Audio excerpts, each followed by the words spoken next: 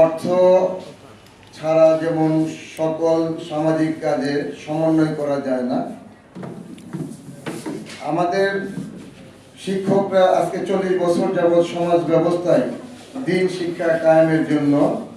সামাজিক উন্নয়নের জন্য, সকলের সন্তানকে সুশিক্ষা দেওয়ার জন্য যে মেহনত করে খেদমত করে যাচ্ছে নিবেদিতভাবে, তাদের প্রাপ্তি রাষ্ট্রীয় নাগরিক হিসেবে, নাগরিক অধিকার হিসেবে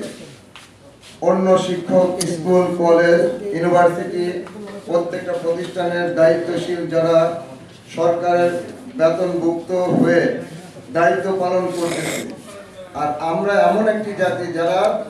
আমাদের হক বুঝে পাইনি, তারপরও আমরা বিনা অর্থে পরিশ্রমের মাধ্যমে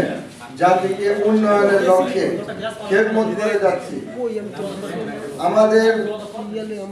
এই হক আদায়ের জন্য যখন আমরা আন্দোলন করলাম, বাস্তবায়ন করার জন্য যখন আমরা মাঠে নামলাম,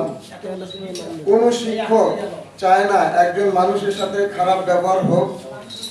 এবং জোরপূর্বক কোনো কিছু আদায় করার পরিবেশ তৈরি হোক। নিরীহ শিক্ষকরা যখন মাঠে আসছে, কষ্ট করে তাদের দাবি জানানোর জন্য চেষ্টা করেছে, এটাকে যখন অবহেলার দৃষ্টিতে দেখা হয়েছে, তখন আন্দোলনকে জোরদার করার জন্য তারা যখন মাঠে ঝাঁপিয়ে পড়ছে, তাদেরকে প্রতিহত করার জন্য রাষ্ট্র ব্যবস্থার অন্তর্ভুক্ত যত পুলিশ এবং অন্যান্য তারা আমাদেরকে বাধা প্রদান করে আমাদের এই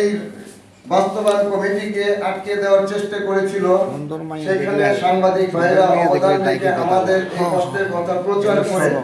সারা বিশ্বকে জানিয়ে দিয়েছে যে একটাই মাত্র মানচিত্রের দেশ, সেটা হচ্ছে বাংলাদেশ, যেখানে বিনা